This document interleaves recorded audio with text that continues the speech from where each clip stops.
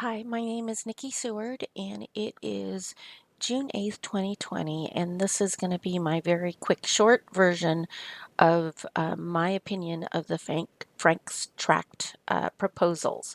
I'm going to click on different maps that you can find at my website. There's also a different organization called Save the Delta or Delta Revision. That website has the historical documents. Anyway, let's look at this Franks Tract.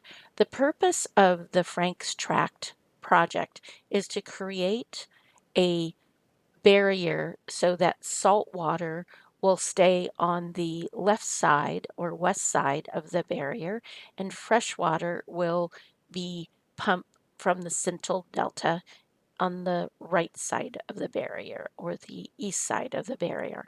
And this whole concept is it it has nothing to do with restoration.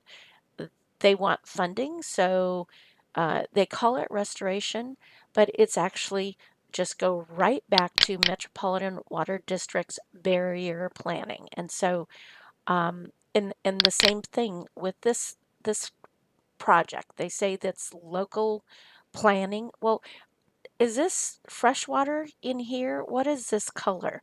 These maps make zero sense. So ask, what do these maps mean?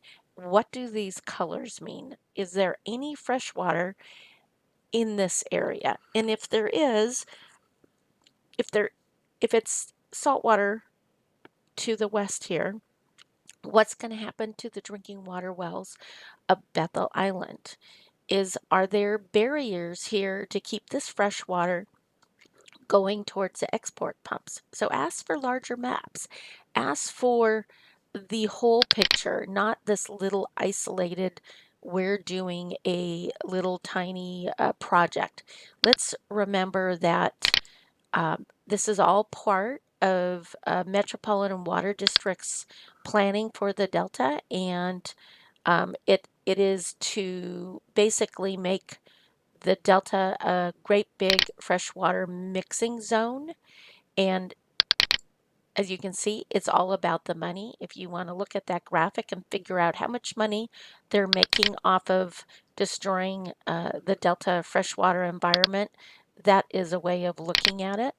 I want to remind you that this barrier issue has been going on for a long time, but really in earnest since the year 2000.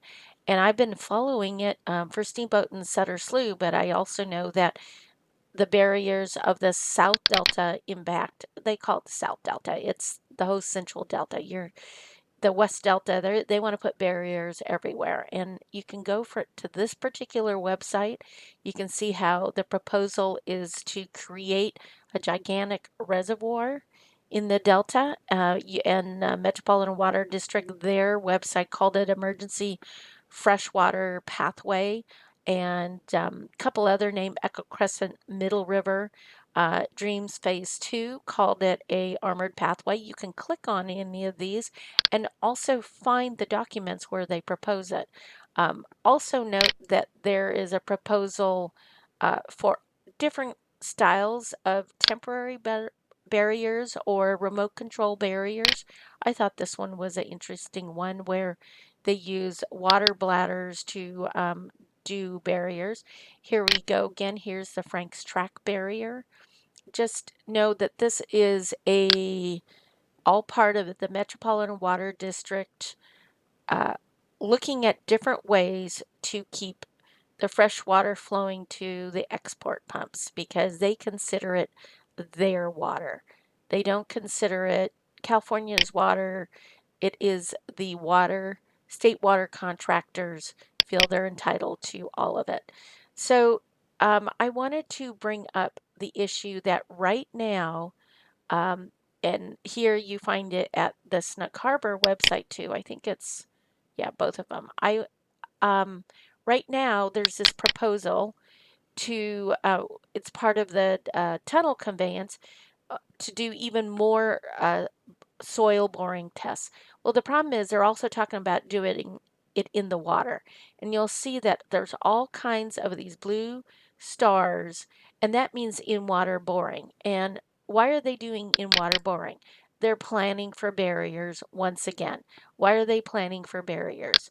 To keep the fresh water going to export pumps so that they can make money. So it has nothing to do with restoration. It has nothing to do with, um, preparing for uh, earthquakes.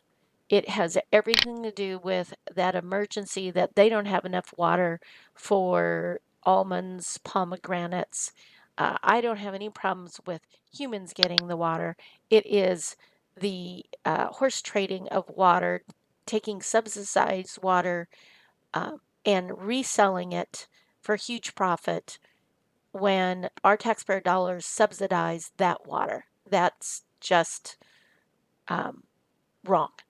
Anyway, if you want to know what impacts the Bay Delta Conservation and Barrier Plans from 2014 actually provided some information. Actually, this was 2010, and it makes it really clear. Take the water from the north and west side of the delta to export it to the central delta for for central for the south of the delta uses. So if you want more information and how it relates to Metropolitan Water District and their in-delta water storage, those of you who have been paying attention, they know that Paul Marshall was heading up this. He left DWR and went to a company called Symantec.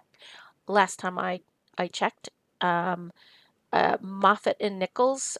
We see that that is a name on the Franks Tract barrier project that is being proposed now. So it'll be interesting to see if they're going to be part of these other proposals. These this company. Let's see. I wanted you to see a picture of the because we've already had borings here. I'll have to find where I put that picture. These companies are already out there doing borings in the Delta. They were already up on Miner Slough. We haven't seen them on Steamboat Slough. I'm told they're going to be there in July. So I hope you pay attention because they're coming down all around Franks Tract. They're coming down to Bethel Island area. Those are for barriers. You go ahead and contact the people about these borings, and you're going to see that these are all related to putting in, they call it fish guidance barriers, but it's flow barriers. And the impacts to our drinking water, ask them to monitor the water and make sure your drinking water is not negatively impacted when they're boring near you. Hope you listen. Thank you. Bye bye.